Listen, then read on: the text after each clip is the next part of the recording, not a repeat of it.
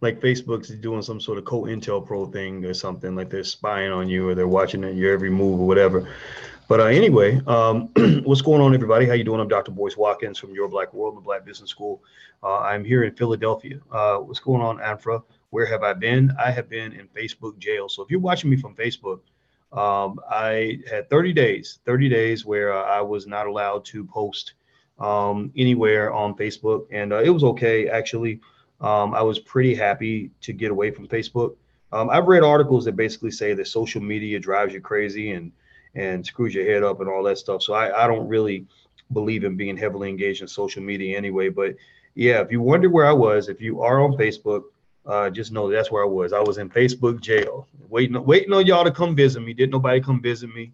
Had to shank a couple of dudes, over phone check, like had to make me a knife out of a spoon and was waiting on y'all to like come put money on my books and y'all didn't show up. See, y'all don't love me. Y'all don't like me, man. Y'all ain't even right. But anyway, thank you for welcoming me back. And here's what I want to do. I want you to know kind of what the source was. If you want to know why I was put in Facebook jail for 30 days, and I was going live mostly on YouTube, and I was also participating on Black Enough, our social media platform for Black people. It's kind of like a Facebook for Black folks. I was actually put in Facebook jail because Facebook thought that Facebook basically decided in their unilateral way they don't have any due process. They kind of do you the way the court system does Bill Cosby or did Bill Cosby, right? Like we ain't got no evidence, we ain't got no proof, we ain't got to prove shit. We just gonna do whatever we want. So basically, what happened was I made a comment. It wasn't even a post. I didn't get banned from Facebook for what I posted. I got banned because I made a comment on someone else's post. And in that post, I basically said, I do not support illegal immigration. I don't think Black people should support illegal immigration because we end up looking like poor white trash because we vote against our interests, right? The same, crazy, dumb, poor people that vote for Donald Trump without knowing that Donald Trump is not, their friend. We kind of end up looking crazy like that. Like we'll support stuff that doesn't support our interests because we've been connected with this Democratic Party thing, which hasn't worked out for us. Like for example, I saw this thing this week where Michelle Obama and Chris Paul and somebody else, they were all getting together to do this whole like rock the vote thing. They love to do that. They love to have these rock the vote events to get Black people out to vote. And I said, I dare you to go ask any of them a question that they cannot answer. I dare you to go ask them a question where you ask them this, where you say, okay, so tell me in what ways, specific ways, have Black people's lives improved as a result of our consistent support for the Democratic Party in every election? I dare you, just go ask them that question. They can't answer that question. That question, it's like asking your computer to do a question that leads to a continuous loop where it just starts smoking and then it eventually breaks down, like will not, cannot compute, because it violates their programming. It deviates from their programming and they can't go off the program. They've been trained to think linearly. So when you ask them to solve a non-linear problem, they can't do it. So anyway, basically, my argument has always been that Black people, we might make fun of the dumb white folks that supported Donald Trump, but we got to make fun of ourselves for always support. They make fun of us for supporting the Hillary Clintons and the Bill Clintons and even the Barack Obamas to some extent without asking questions about like exactly how are you making my life better as a Black person? How are you really helping my community? I don't think they can really answer that question very well. They can't. Instead, what they do is they use trigger words. They use trigger words like, well, if we don't vote, then Donald Trump's going to get into office and it's all hell's going to break loose and it's going to be terrible and the world's going to come to an end and Black people are going to die. We're going to be in slavery, y'all. We're going to be in slavery, y'all. Pass me the chicken, niggas. Like literally, that's what they do. They lean on this slave talk because slaves scare easily. Slaves scare easily. I'm not a slave. I ain't never been a slave. I don't know how to do slave talk. I don't know how to be a slave. But slaves scare easly, And so when they give you that whole bug-eyed slave talk, like y'all need to show up because y'all know y'all need. If you don't vote, you don't count. And also your ancestors died for you to have the right to vote, y'all. So let's all get together and go rock the vote, everybody. And I'm not saying that it's bad. I'm not saying that you shouldn't vote. I mean, there's plenty of things that we do every day that waste time, right? Many of y'all went to go see, the Black Panther and other movies. I did too. right? But did that make my life better? Not really. It was like a waste of money. I mean, I probably should have spent the money on something else. But at the very least, you can't argue that there are things that Black people can and should do that are far more effective than voting when it comes to improving our community, right? You can't argue outside of that, right? You can't argue that we've seen improvements in the last 25 years because we supported the Democrats over and over and over again, or even if we supported the Republicans. I think the results would have been the same. So this is not a party-based argument. This is just really me telling you what I see as the truth. Most statistics, most studies that I see pretty much show the same thing. The studies all pretty much say that if you look at any measure of quality of life, over the last 30 years, economics, education, health, whatever, you name it, Black people have actually gone backwards in all those areas. The wealth gap, backwards. Education gaps, backwards. Happiness, wellness factors, backwards. Home ownership, backwards. Unemployment, backwards. Everything's gone backwards, right? So basically, the reason that we're doing the All Black National Convention, the reason we do it every year, and the reason we're doing it this year in Philadelphia is because we got to do something else. Like, we got to do something else. I'm not here to hate on somebody's Rock the Vote campaign. If that makes you feel better, then good for you. But I do know how these things operate. I know that there's a lot of money that's paid to control the Black voter base. I know that there's a lot of money that's paid to keep Black people from asking questions. I know there's a lot of money that's paid to keep Black people like me out of the consciousness of Black people. You're not supposed to encourage Black people to think. So to go back to why I was in Facebook jail, I'm proud to go to jail. Martin Luther King went to jail, except he went to real jail, so Facebook jail, ain't that bad. I was banned because I said I don't agree with illegal immigration, and Black people are like poor white trash voting against our interests because these people manipulate our minds. And they defined it as hate speech, that because I disagree with illegal immigration, they said that that's hate speech. And I said, it's not hate speech if I tell you that I think somebody who broke the law should be punished for breaking the law. Black people break the law all the time, and we go to jail for that. Bill Cosby probably broke the law, and y'all saw what happened to him. So if you're telling me that Black people should go to jail when we break the law, then I don't understand why everybody else should be allowed to break the law, and I'm supposed to just act like it didn't happen. And that leads to a thought that I had today.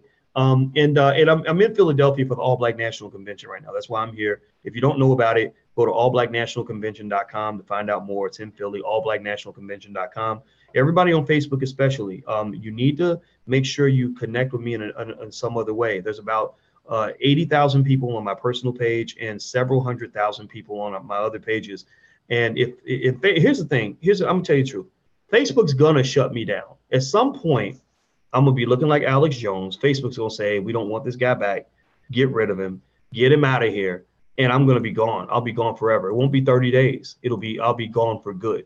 And what I want you to do is make sure you have some other way to get in touch with me so that I can reach out to you. If you value our interaction. Now, if you don't like me, then you'll probably be happy about it.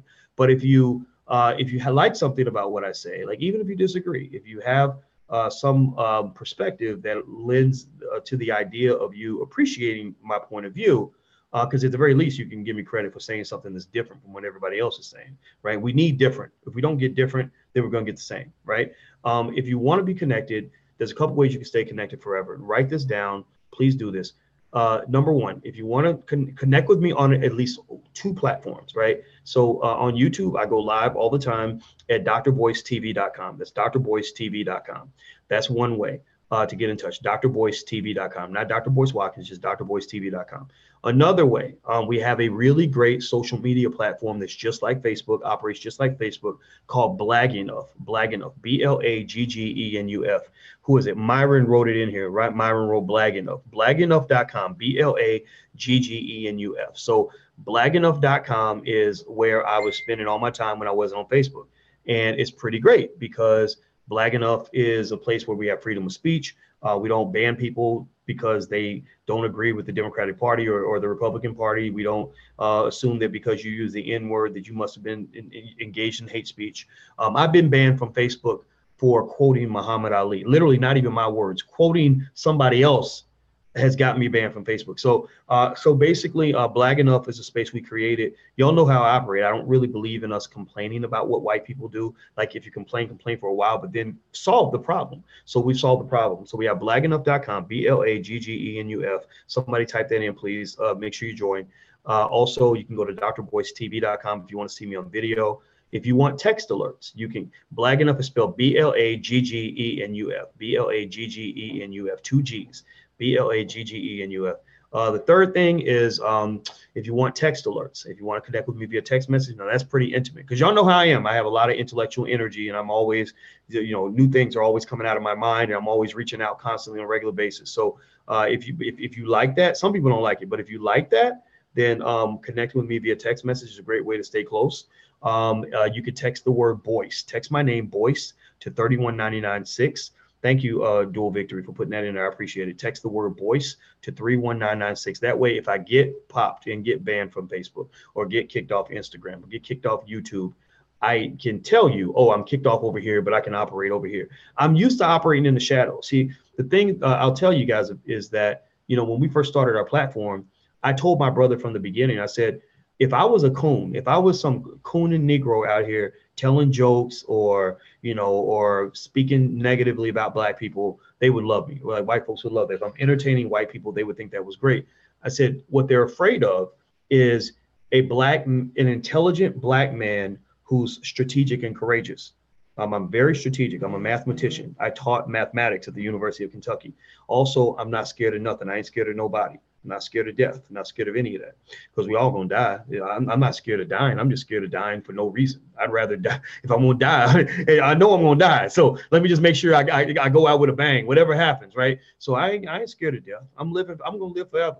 I got my will in place. I got my trust in place. I got my estate plan together. And I met with my attorney today and said, let's revamp the estate plan. Let's go through and make sure that the Boyce Watkins empire lasts for the next 1,000 years. I came in this game built and ready to live for 1,000 years. I did not come in this game thinking I was going to be some Negro talking on the internet for a couple of months and then going to move on. No.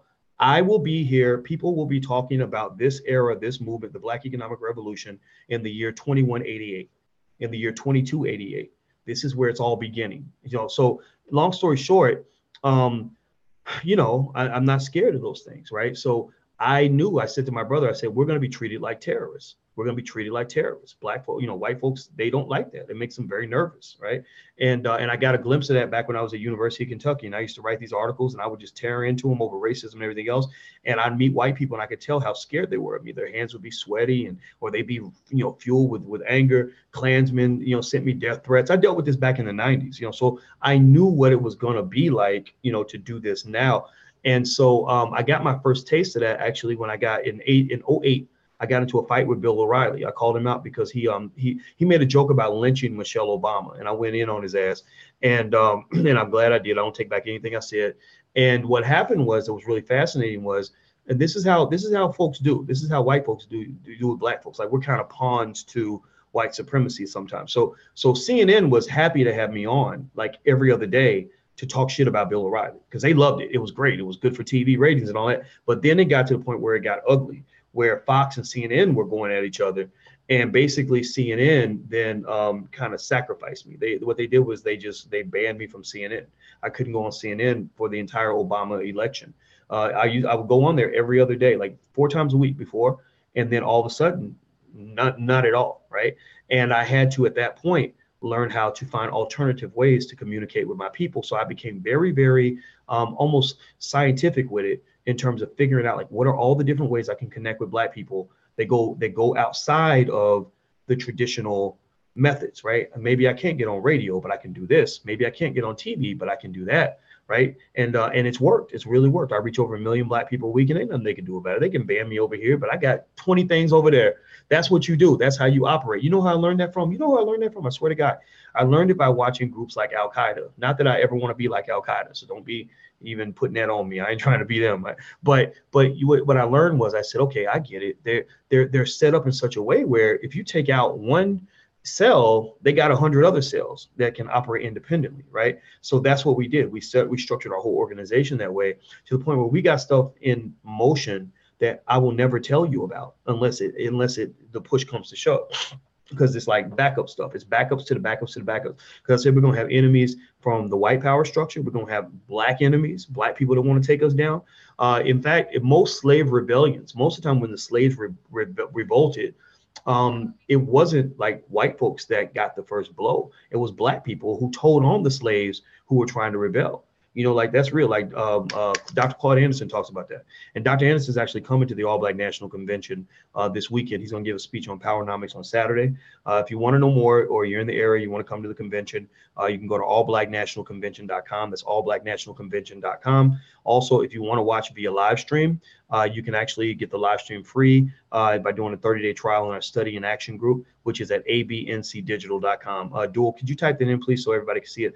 abncdigital.com. It's abncdigital.com. Now, let me talk about something that was on my mind a little bit today. There's a woman named Jemele Hill who is, I respect Jemele. I like what she does. I like what she represents, but I don't like what she represents. Like I kind of feel like I know Jemele a little bit. Jemele worked at ESPN for a while. Very smart lady, very good sports analyst, very good at what she does. The problem for Jemele is that Jemele is a little bit, she's a little bit caught up in this racist brainwashing that occurs on many college campuses. And I've seen this because I taught on college campuses for 25 years. What happens on college campuses is what they do is they take, this is why I really believe black people should educate black children, is they kind of take black youth and they turn them into soldiers for the liberal versus conservative army, or that battle that they have. They'll take your daughter, turn her into a feminist, where suddenly she's attacking the black man and claiming he's filled with toxic masculinity and the black man this, the black man that. So she ends up victimizing the black man the same way white females victimize the black man, right? Literally he's running around scared of Becky because Becky's got all the power. Becky's words are magic. They're golden. You saw the Bill Cosby case. This lady made an accusation. There was no proof and they couldn't convict him. Or so they shouldn't. If he were white, they couldn't convict him with no proof, right? But because he's a black man, it's like, oh yeah, he's a nigga. Of course he probably did these things, right? Because remember, Bill Cosby did not get convicted of rape. Bill Cosby got convicted of groping someone, right? So anyway, so the thing about that, and it's funny, it's weird to talk about it because I'm not a big fan of Bill Cosby. I'm not here to defend Bill Cosby, but anyway, Jemele Hill is a person who literally seems to think, at least based on what I saw in Ebony magazine and from her tweets, she seems to really feel that the Bill Cosby case had nothing to do with race. That race literally had nothing to do with why he was convicted. He was convicted because he's a rapist and he's a bad person. And that's why, anybody who's talking about race needs to get the fuck out of here because blah, blah, blah, blah, blah. Now, here's the thing. I say this as a person who has analyzed Jemele Hill. I've analyzed her background. I've analyzed her body language on TV. I've looked at and listened to what she had to say. I think she's very smart. I think that she's very good with what's the word? White liberal sanctioned blackness. White liberal sanctioned blackness. So what does that mean? That means that, if you are a black person that makes white liberal allies comfortable as your benefactors, then the whole world will open up to you. All great things will happen to you. You're going to get a job at ESPN. Maybe you'll get a high ranking position at a university. Maybe you'll get, to do a Nike commercial or whatever it is, right? Because white liberals have a space for certain types of black people. There's a space for that, right? And these black people are not bad people, but they're not like say you and I. They don't fit with say like the Nation of Islam. Okay. What's the difference between like, say, a black person who's part of the Nation of Islam versus a black person who's like a black liberal? Well, first of all, last time I checked, you don't have a lot of, white feminists in the Nation of Islam. Like you don't have black women who are basically white feminists in blackface, right? On college campuses, you find it all the time. You'll find black women who literally will recite like parakeets, everything the white women have taught them to say. And what happens is they don't understand. They're taking this big, powerful sledgehammer handed to them by the white establishment and slamming it upside the head of their daddy, their uncle, their brother, every black man in the hood, because they're mad. And usually it's fueled by some sort of anger they have toward a black man. It might be their daddy who wasn't there for them when they grew up. It might be the men that didn't protect them when they got molested. It might be the drug addicts and the alcoholics on the corner and the pimps and the dope dealers who maybe tried to rape them or whatever when they were young. It's justified anger, but it's misdirected anger. It's mistargeted anger. Whereas if you look at, say, a woman who's affiliated with, say, the Nation of Islam, that's just one example. I'm not using that as the only example. You will see a Black woman who might have also gone through her brand of pain and her difficult experiences, but because she's thinking on a higher level, she can understand how most of that, not all of it, because there's racism in the conscious, sexism in the conscious Black community too. Let's just be clear. There are many situations where women are not treated the way they should be in all circles of society, right, including conscious Black space. But she's more deeply able to connect it to white supremacy, and also is better able to understand the importance of Black people sticking together and us finding a way to solve our problems internally, so that therefore we can confront the big beast. The big beast is white supremacy, right? The big beast is him out there. It's not the man right next to you, right? Even though he's probably mentally ill like you are, because he done gone through some shit too, right? So Jemele Hill, you know, you look at her background. I don't know if she grew up with her father in the house, but I don't think she did. I listened to her, and I watched her, and I saw some things that she was saying, and I said, I bet you she didn't have a daddy in the house. I bet you that she does not have. There's something going on with the daddy. So I looked up on her Wikipedia page, and I'm looking at her history. First thing I see is, Jemele and her mother moved to Detroit from Houston. Well, what does that say to you? She and her mom moved together, which means that her biological father, it probably wasn't there. Again, I don't know for sure. Maybe I could be wrong. If I'm wrong, then I need to go change the Wikipedia page, because it would seem that they'd say her whole family moved, her and her mother and her father, or they would give the background, like, you know, her father was a truck driver and her mother was a teacher, right? But she doesn't come off as a person that came from a household where Black love was fully expressed between a man and a woman. She seems to have come up in a household where there was some bitterness and some anger toward some man who disappointed her at some stage in her life. Why is that important in terms of contextualizing her statements about Black people who see racism in the Bill Cosby trial? I'll get to that. So the other thing that's interesting is she did say something where she was aligning herself with The Root.com, an article written in The Root. You know, The Root is that white-owned publication that pretends to be Black, but really is kind of like a front for the LGBT establishment, utilized to control the minds of Black people, where they're being funded by a bunch of white people who speak Spanish. They think, like, we think that there's a coalition between African Americans and all Latino people. That's not true. A lot of Latino people that are white do not like you if you're Black. I was just in Colombia for quite a while, and believe me, when my Black ass walked up in certain spaces, they were looking at me funny too. So one of the things that we are misled to believe is that there's a connection between all Latinos, the whole Latin American community, and African Americans. That's just not true. Many of them come to the United States and they do not check Black on the whatchamacallit. They do not check Black on the census. They check white, right? They don't want to be connected to you. A lot of people come to America. They don't think highly of you. They have no respect for you. They don't want to be around you, right? So anyway, so The Root is owned by a bunch of white Latinos who basically are trying to control the thinking of the Black community. And what happens is that they have a lot of stuff that's really, really connected to this this idea of sort of propelling or fueling funding power to the LGBT establishment at the expense of Black people who are less funded, right? So what that means is, if I'm a billionaire and I'm a billionaire white liberal, and I want Black people to be as gay as they are in Hollywood. Like, we need more gayness in the Black community. Black men they're toxic. They have toxic masculinity and all this other stuff. So we want to really promote this gay agenda to Black people. Well, what you do is you prop up Black people that you approve of. So you pick certain specifically selected Negroes, like a Jemele Hill or whomever. You prop them up on a big platform, or like the writers at The Root, and it just happens that a lot of these writers at The Root happen to be gay. It's not a coincidence. It's part of an agenda. It happens in Hollywood as well. A lot of your favorite Black Hollywood actors happen to be part of that agenda as well. It's not anti-LGBT. It's really speaking this sort of facts in terms of how power is structured in America. So you prop them up so that their ideas get to the front of the pack. Now, you know, a Negro like Boyce Watkins walks in and says, hey, I'd like to write an article about the other side of Blackness. Or Michi X comes in and says, get the hell out of here with that nonsense. Like, I have another point of view. They don't want that. They would never publish, say, a Michi X in The Root.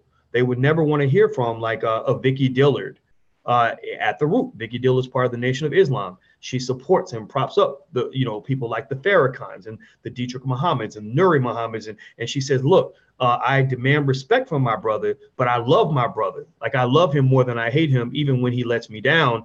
And the love is returned. The love is expected and reciprocated.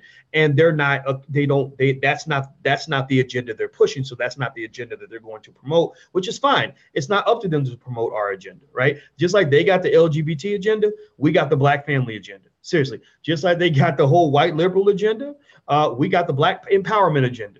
Just like they got the whole feminist agenda, we have the Black economic agenda. So I'm not even really mad about it. I'm not even really saying like, oh, those pesky white people.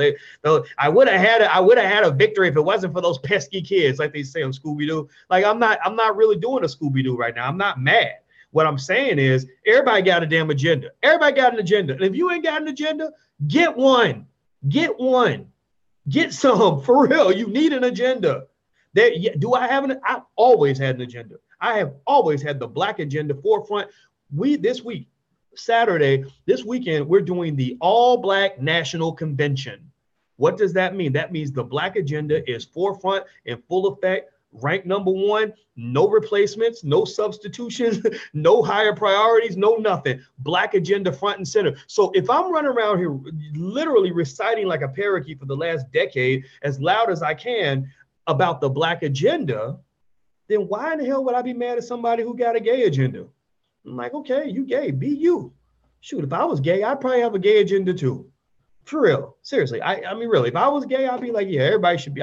We need more gayness. We need gayness to be out here. I told my friend the other day, I said, if I was gay, I'd be kind of mad that in the history books, they don't talk about all the people that pretended to not be gay who were really gay. So if I was like a big gay Hollywood director with $1 billion, I'd be like, we're going to do a movie, and the movie's going to be called The Gay History of the United States. We're going to talk about all these people, even that you thought might have been gay, who really were gay, and we're going to confirm that shit. Abraham Lincoln, he had a male friend that was very, very close to him. And there's other politicians in the very recent past who I'm not even going to say, because it's going to piss off half the people in this room. So I'm not even going to go in that direction. So my thing is, when you talk about an agenda, it's okay. Like, it's cool. So I'm not complaining about their agenda. I'm simply breaking it down for you so you can decide where you want to be. You can decide where you want to be, right? So here's the deal. All right. So Jemele, feels like, from what I saw, that this Cosby situation, that this Bill Cosby, what I call a public lynching, I really think it was a lynching. I think it was designed to send a message. And the message is, never think that we're not in charge. Never think that white supremacy ain't running this show. The lynching of Bill Cosby, she thinks it has nothing to do with race. And that really speaks to either she's that stupid, which I don't believe. I don't believe Jemele Hill is that stupid. I think rather than being stupid, I think that she is misguided. I think that she is emotionally overwhelmed by some subset of her experience that leads her to not be able to see the race in this case, because she sees everything else. Right? She's a trained feminist. So she sees the sexism, right? She's a trained white liberal in blackface. So she's trained to see other things, but she's also trained to sort of look at it the way a white liberal would look at it. The way white liberals are a fascinating group of people, in the sense that they're not terrible people. They're better than the other white people, right? They're the ones, they go back, their lineage goes back to the people that, were abolitionists and wanted black people to be free. But if you recall, even the abolitionists, even the people in the North who wanted slavery to come to an end, they didn't want the slaves living in their neighborhood. They didn't want the slaves taking their jobs. They didn't want the slaves to really, truly get equality. They were just like, look, just let them out, like release them like a bunch of puppies. Like, we don't want puppies. You're mistreating your puppies. Like, let the puppies go. But somebody who wants puppies to be let out of a cage aren't saying that they want puppies to like take their job at the factory. They don't want the puppies to be equal to them, right? That's not what they're saying. They're just saying they're living things. Like, you shouldn't do that. It's not very nice. So even the white liberals have a form of white supremacy that ends up being cloaked and veiled by the fact that in their minds, they're the good ones, right? And because they're the good ones, they end up becoming the benevolent pimps. They become the pimps who say, baby, what are you talking about? What do you mean I don't respect you? That dude, he used to beat you. He used to rape you. He left you out on the street corner when it was 10 degrees outside. I would never put you outside if it was colder than 50 degrees. And I only beat you when I absolutely have to. And I would never rape you, but but I pay you money, so you better give me something when I want it, right? So that pimp, if he doesn't see the big picture, if he's misguided, will think like he's a good person. He'll say, wait, I am a good person, because everything's relative. I'm a good person because I'm not as evil as the more evil person over there, right? So white liberals, that's where they stand. And so if you're a black person who says, no, I appreciate what you're trying to do for me, but there are things I can do for myself. I know that you wanted us to be free. You want us to have freedom, but you really don't want us to have equality. You really aren't all that interested in seeing us truly compete with you. You might see us as human, whereas they saw us as subhuman, and we appreciate that, but you don't see us as equal humans. You still see us as subordinate. That's why 1,000 black people could die on the same day as one beautiful blonde-haired, blue-eyed white girl, and y'all gonna talk about the white girl. Y'all not gonna talk about us. When my homeboy Greg Wilkins got shot in front of his daughter in 1996, murdered in front of his daughter, brains blown out, brains all over the hallway floor. His mama and his brother had to clean the brains up. Police don't come and clean the brains up after somebody gets shot in the head. He got shot in the head in front of his daughter, Jasmine. When that happened, there was a white woman on the other side of town who got murdered the same day. They talked about that white woman every day on the news. She was the number one lead story every single day for an entire week. They held candlelight vigils. They had a $25,000 reward. The whole city was in mourning over this white woman. Not one time did they mention my friend Greg. Not one time did they mention this man who had a daughter, who had a family, who had people that loved him. I cried when he died. He was my best friend. They didn't care. And so ultimately, those are the examples of situations where the white supremacy of the white liberal emerges, but they don't want to hear that because in their minds, they see themselves as the good guys. So where does Jemele Hill fit into all this? Well, the thing with Jemele Hill is, she gets her power mostly because she's aligned with these white liberals. And what they'll do is they have their chosen Negroes, they'll prop them up as long as you're specific, as long as you stay on point with their agendas, the LGBT agenda, the feminist agenda, maybe environmentalism issues. Of course, everybody hates Trump, which is fine. I don't even like Trump either, but I know black people who do like him, and I don't think they're bad people. But either way, it's like sort of like this sort of aligned little package of things. Oh, illegal immigration. You're supposed to be mad about illegal immigration, even though a lot of black people are like, well, why would I support somebody coming over here illegally when a lot of illegal immigrants are in these cartels, these drug cartels that are causing all the homicides in Chicago? They actually linked all the homicides in Chicago to one drug cartel in Mexico. Go read it. It's in a Bloomberg articles. Type Bloomberg Chicago drug cartel murders, and you'll find the article where they linked a large percentage of the murders in Chicago to one drug cartel, where these guys are coming across the border illegally and they're wreaking havoc in the city of Chicago. Doesn't mean I'm anti-immigration. I've never been anti-immigration, but I can't understand supporting illegal immigration when black people I know who violate federal law, they go to jail. When I see black people break the law, they say, oh, you're a bad person, you should go to jail. But when somebody else breaks the law, an immigrant breaks the law, or when a white person breaks the law, it's like, oh no, he's really a good person inside. He really only did it because he had to. Well, I know dudes who sold crack because they had to get money for their family, right? But you ain't hearing all that. The reason that that Becky Tiger Woods' ex-wife Becky tried to murder him with a golf club and she shouldn't go to prison because she was hurt. She was sad. She was a disgruntled, upset wife who found out her husband was cheating. Well, I know a lot of men who found out their wives were cheating and they punched her in the face and they went to jail for that. Right. So when it's somebody else breaking the law, it's always an excuse. It's always like, well, blah, blah, blah. But it's black people like, no, that nigga guilty. He's a bad person. You can't go do stuff like that and get away with it. And that's kind of Jemele's whole argument on the Cosby thing. What she's saying, according to Ebony,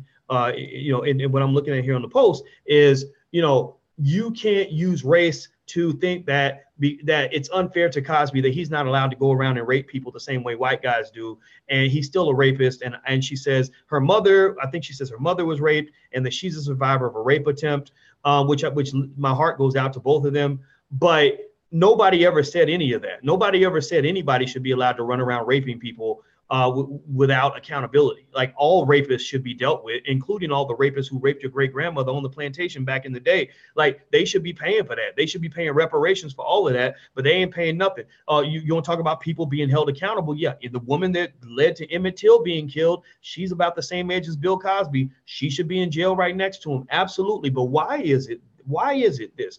Why is it that when something goes awry with a black person, when a black person does something against the law, it's like, oh, you're a bad person. Of course, bad people should all go to jail. It's a problem. You shouldn't blame anybody. Blame yourself. Blame yourself because you're a bad person. But when a white person does stuff like that, it's kind of like, well, there were all these reasons, and he was disturbed, and that's why he shot up the whole school, because he was depressed and he was mentally ill. He wasn't a homicidal maniac. He was mentally ill, and he was going through problems and having issues at school. Like seriously, so it doesn't mean anybody. I don't think anybody. I'm gonna tell you, at blackenough.com, our social media platform, we did a survey and we asked black people. I always like to know what black people are thinking, and I'm a statistician, I'm an analyst, so I like to get data. So I did a survey and I said, how do you feel about the Bill Cosby sentencing? About 88%, about 86% of the respondents actually said, sorry, not 86, 89%, almost 9 out of every 10 said that either he should not have been sent to prison, or he should have gotten probation, or that his sentence was too harsh. 89% of them said his sentence was too harsh. About 52% said he shouldn't have got sentenced at all. About 86% felt like he shouldn't have been sent to prison. They feel like he should have been given probation or whatever. And I don't think that means any of these people are saying that people should be allowed to rape without consequences. I don't think anybody's saying that they think Bill Cosby's innocent. I don't think anybody's saying that they think Bill Cosby's a good guy. Even the people that are saying he shouldn't go to prison, including myself. What they're saying is that you broke all the rules to go get the black man, but you've never done that with white people. That you had no evidence. If that was a white man, you'd say, well, you know what? We know he did these things. We know that all these things occurred, but we have no evidence, so there's nothing we can do. That's what they did with Emmett Till. I'm sure for many years, people knew which lady caused Emmett Till to be killed. And for many years, people knew that she probably made all that stuff up, that it was a lie. Ever since I was a little kid, when I heard the Emmett Till story, I heard it was a lie. So I'm like, well, where is this lady? Let's go get her and prosecute her for telling her lie. But all those years, nobody did a damn thing. But why? Well, because they probably say something like this. They probably say, well, yeah, it's wrong, and she's not going to be allowed to do that again because things have changed, and it's not good that somebody can do that. We agree with you, but unfortunately, because of the statute of limitations, we can't go get her. Or unfortunately, because we don't have any physical evidence, we can't do it. Unfortunately, because of jurisprudence, we can attorney-client privilege, whatever the fuck. They got 1,000,001 little statutes, laws, rules, and regulations in the procedure called constitutional rights. That's what they're called. They're called constitutional rights, which never really apply much to your black ass. But white folks use that all day to explain why they can't give you justice. When you go, I dare you, go back and give them proof that white folks stole your family's property in 1950. There's black people in this country right now who have proof that their great uncle was murdered because their great uncle held 50 acres of land in Mississippi, and he wasn't gonna get the land up, and they went to his house, shot him in the head, and then deeded his property over to somebody else, and that money is still sitting there, or that land is still sitting there as somebody's property worth millions of dollars. There's 1,001 cases like that where there is proof, far more proof than there was in any of the situations involving Bill Cosby. I'm talking about even police reports were filed, all of this. Remember, now these white women, they get to say, well, I didn't file a police report because I was scared and blah, blah, blah, blah.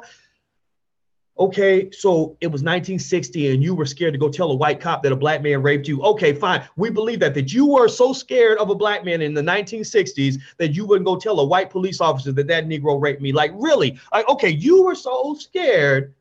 1963 now, y'all, for real. You were so scared that you could not tell a white cop that a black man raped you? Okay. Okay. All right. Well, here's a better theory. Bill Cosby is a screwed up human being. I think Bill Cosby probably did some stuff he shouldn't have done. At the very least, the man, was doing a whole lot of stuff he shouldn't have been doing that didn't involve his wife, messing around all these white women back in the day, which is like playing with fire because they got too much power. They can get you sent to prison like that. So you got to be extremely careful. He might have even been, doing some of this stuff that he's accused of doing. I don't believe that he's totally innocent. I do not believe that. But here's the thing. If you scrutinize the backgrounds of a lot of the women that made accusations against Cosby, there's clearly a lot more quantity than there is quality in terms of these allegations. The quantity far outweighs the quality if you look at quality as credibility. So you got quantity, but not credibility. So people think, well, if 40 people, 50 people say the same thing, oh, then it must be true. No, that ain't the case. If you got 50 people and 30 of them are easily impeachable witnesses who would never stand up in court because they have such shady past that show that they were money hungry drug addicts who will say anything for $1, then you don't really have 50 witnesses. You just don't. Doesn't mean Cosby's innocent. It just means you don't have anything that will stand up to the alleged standards of the justice system, which is why if Bill Cosby were white, they wouldn't prosecute.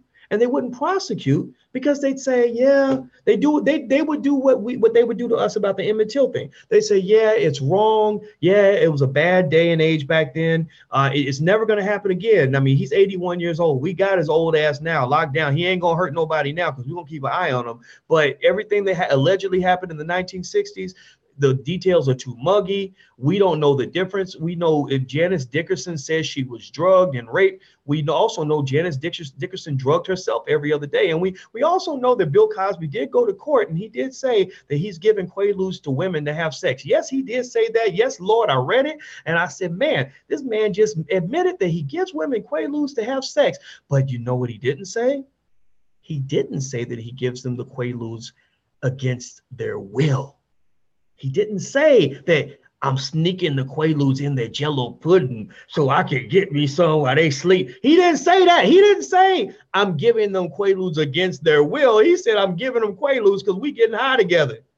That's what, when you're partying with Janice Dickerson, I imagine the first words out of her mouth might be, Bill, did you bring the quaaludes? Seriously. And so while we can't speculate on what her intention might have been, how in the world are you going to make an assumption or a conclusion beyond a reasonable doubt that she got these drugs against her will? Janice Dickerson is a drug addict, a notorious drug addict. Seriously, I used to be a sugar addict. I used to eat food and I got fat and they started making fun of me. They called me Uncle Phil one time and it hurt my feelings. And the thing is that it would sound ridiculous for me to say that somebody fed me against my will, that the reason I got fat is because they were shoving food down my throat against my will. And if you were to ask Dr. Alicia, that beautiful Black woman by my side, if you were to ask her, have you ever given Boyce food in order to make him happy, she would probably say, yes, I have, because he was a chubby little boy and he liked to eat. But that does not mean she gave me food against my will. That does not mean I can come back and say, well, the reason I'm fat is because that bitch was feeding me and I told her not to feed me and she fed me while I was sleeping so she could get some and make me smile and put me in a good mood so she could take my money. Like, it would sound stupid. I was chubby, so you would have no reason to assume that I was eating against my will. In the case of Cosby and all the women, I think that what probably would need to be done, somebody's probably done this on the internet, is they should probably take each person one by one, pull them out to the side, look at their track record with Cosby, look at their behavior, look at their history, look at their credibility levels, and do what the feminists claim that they want. The feminists claim they want equality. They claim they want us to treat them the same way we would if they were men. Well, if you were a man and you make an accusation against somebody, we're going to ask you some damn questions. If you're a man and you make an accusation against somebody, we're going to check your background to make sure you're credible. If you're a man and you're equal to men, and you make an accusation, or you come out to the police and you accuse somebody of a crime, we're going to question that. We're going to check you out. We're going to make sure that you're not making things up to ruin somebody's life, right? That's what we're going to do if you're a man. So stop telling me you want equal treatment to men when you're going to just girl up and cry because I asked you a question and you are scared to share the answer because you know that it's going to end up making you look kind of bad right now. The truth can't just be something you pursue when it works in your favor. You can't just say I only want truth when it benefits me, but when it doesn't, when the truth does not benefit me, I will take a lie. But that's nonsense. So I think that with Jemele Hill and the whole thing with Bill Cosby. Now understand, Jemele Hill, if you recall, Jemele Hill was aligning with that article in The Root, The Root, that white-owned publication that pretends to be black.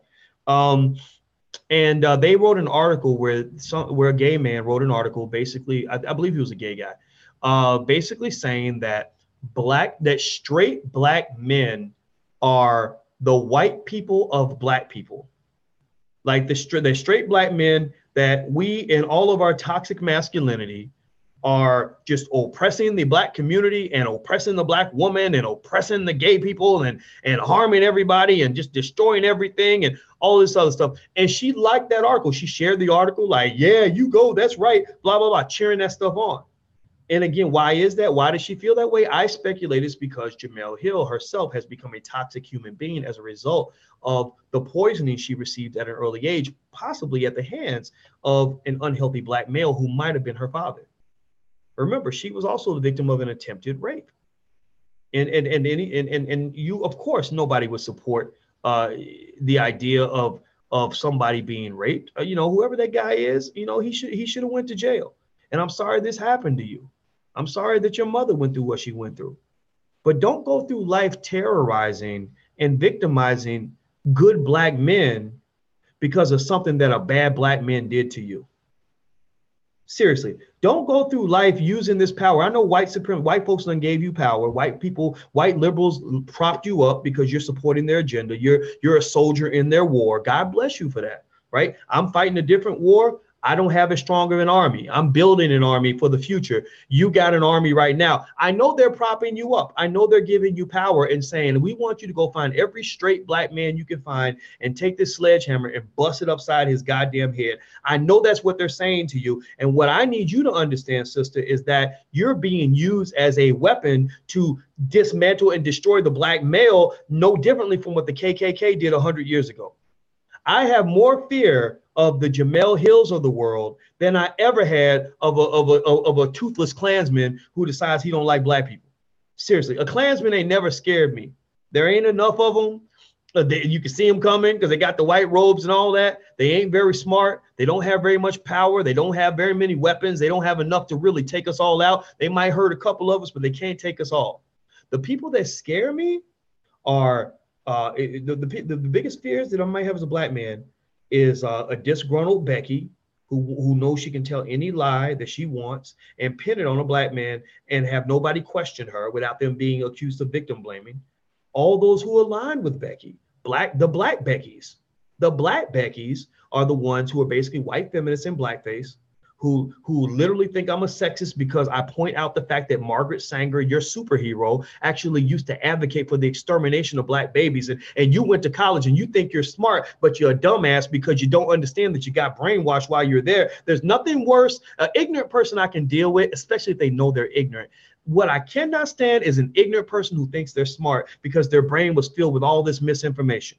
So you literally went off to Brown University or Yale, and the white supremacist institutions love you because you speak their language and you fit in. You certainly fit in better than me. I'm the Negro who runs up in there and I'm going to get fired on my day off. That's what I am. I'm the guy who's going to get fired because I'm going to make white people uncomfortable in about the first 5 minutes of the conversation. You are able to navigate that space. You are the one who's going to get all the rewards and the accolades. You are the one who's going to go and really fit in. And I congratulate that. I applaud that. But what I don't applaud is the idea of you then going and accumulating all this power from these white supremacist institutions and then turning around and using that power to destroy me and to talk to me as if somehow I am an enemy, when really I've spent my whole life just trying to defend you and to support you. All I've been doing my whole life, I've grown up having so much respect for Black women. My mother, my grandma, my sister, my daughter, my fiance, the woman by my side, I call her my fiance. She ain't my fiance yet, but y'all know what I'm talking about. Y'all know where that's going, right? But anyway, the women that have loved me my whole life, you know, I never knew a world where somehow we thought Black women were less than Black men. I never knew that world. I don't understand that.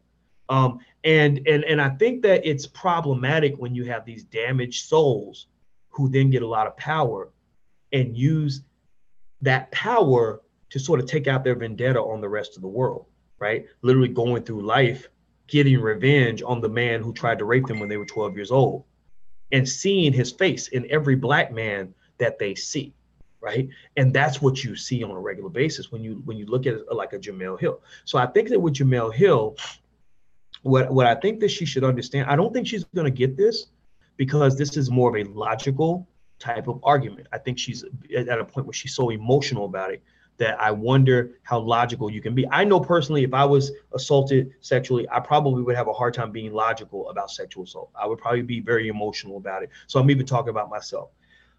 But the thing that I think a Jemele Hill would have to understand is, ain't nobody saying Bill Cosby's innocent. Ain't nobody saying Bill Cosby's a good guy. Ain't nobody saying that a man should be allowed to go rape people without consequences. We know that would be a silly thing to say. What we're saying is that race was the number one factor that led them to break all the rules when it came to come get his Black ass.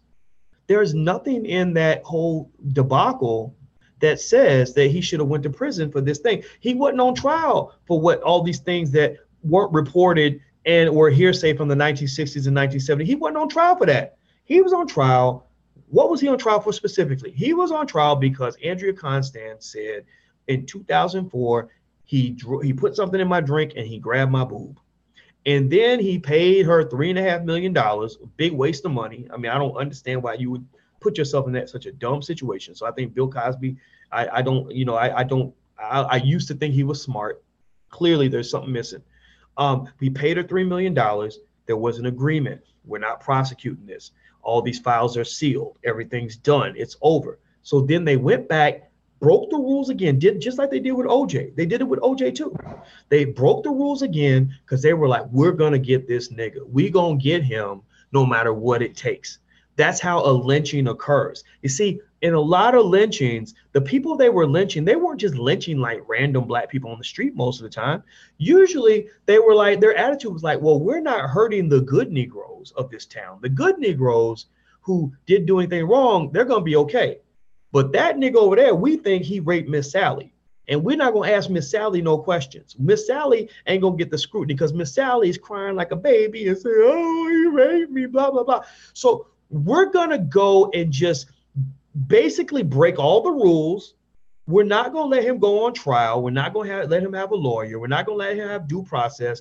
Niggas don't get constitutional rights. We're not going to give him any of that. What we're going to do is we're going to go in that jail in the middle of the night and we're going to take his Black ass out. We're going to take him out, cut his balls off, put the balls in his mouth and hang his Black ass from a tree. Ain't gonna be no trial, ain't gonna be no indictment, ain't gonna be no waiting to let the system do its job. No. We're gonna just bend the rules and do what we believe needs to be done anyway, because we believe that he's a rapist, right? And so if somebody says, look, you can't do that, you can't go and just lynch somebody and hang them from a tree because you think they might have raped somebody. Well, it would be silly for the person to turn around and say, well, what are you trying to say? Are you trying to say that it's okay for people to go around raping women and it's not a big deal? Ain't nobody saying that. They're not saying that. They're saying you're supposed to do it the right way. You're supposed to play by the rules. There's a process. And Black people always got to play by the rules. We always got to wait for the process. How many times you seen Black men getting shot down in the street by the police for nothing, no gun, no nothing, getting shot down by the cops. And then black people up in arms, we mad, we like send them to jail, put them under the jail, somebody go get them. And they're like, no, no, no, no, no. First, we're all going to gather at the church and pray because we want to forgive our enemies. And then they're like, no, just let the justice system do its job. Just let the justice system do its job. And then we sit here and we wait for the justice system to do its job, and they don't even get an indictment. They don't even get an indictment. That's what people are talking about. This is not about defending Bill Cosby. This is certainly not about defending rape or rapists. It's about saying, in this particular case, he was on trial, not for rape. He was on trial for groping, for which he paid $3 million, and they agreed not to prosecute. And because he's black, they decided to go back and bend the rules. That's what people are saying. So I think that it's important to understand this. And I didn't necessarily want to pick on Jemele Hill on this, but I think that, that kind of thinking it's a little bit dangerous for the community, because what happens then, I mean, remember that when the Nazis first started killing off the Jews, they didn't kill off all the Jews. They're like, we can't go get them all. We're just going to pick out the criminals. So what another Jew would say is, well, yeah, it wasn't right for them to kill him, but then again, it's not right for him to steal. He got caught stealing, so good thing I don't steal, because they're not going to come kill me. Well, guess what? After they got him, they went and got your ass too. They went and got the next Jewish person after that, because you lowered the bar. So now they've lowered the bar. They've lowered the bar to the point where Becky can make any accusation against any black man that she wants, and all you got to do is a black man. If you walk in a dark room, where just you and Becky are the only two people in that room, and nobody knows what happened in that room except you and Becky. If she comes out and makes up a story, they will lock you up. Think about that for a minute. Just process that she could go in there and make up anything. She could say, he took crystal meth and he was out of his mind, and he punched me in the face, and then he bent me over and he did these terrible things to me. And they would believe it. Like, they wouldn't ask her any hard questions, because that will be defined as victim blaming. They wouldn't ask, well, why were you in his room? Because that would be slut shaming, right? What they do is they have all these defensive labels to protect their own misbehavior and their own contribution to the situation, so they can point all the blame on you. And the easiest target to go after in America is the black man.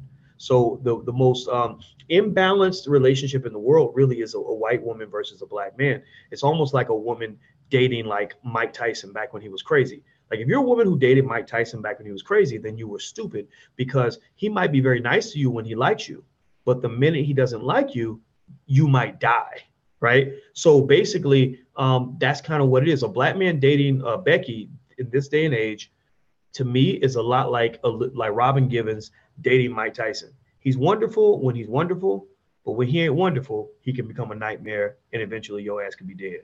So I just say be careful. That's it. That's all I got to say. All Black National Conventions happening this weekend. If you guys want to come out, we're in Philadelphia. We're going to be talking about all of this. We're going to talk about Cosby. We're going to talk about building, mostly like building your business. We're going to talk about real estate. We're going to talk about Black love and relationships. We're actually going to release some clips of two new projects we have. One is a film called The Black Love Blueprint. That is an awesome film on ending the war between Black men and Black women, so we can support Black relationships and Black love, which we need to build empires. The other project we're releasing, the trailer for, is Black Capital. Black Capital is a show that we're actually doing.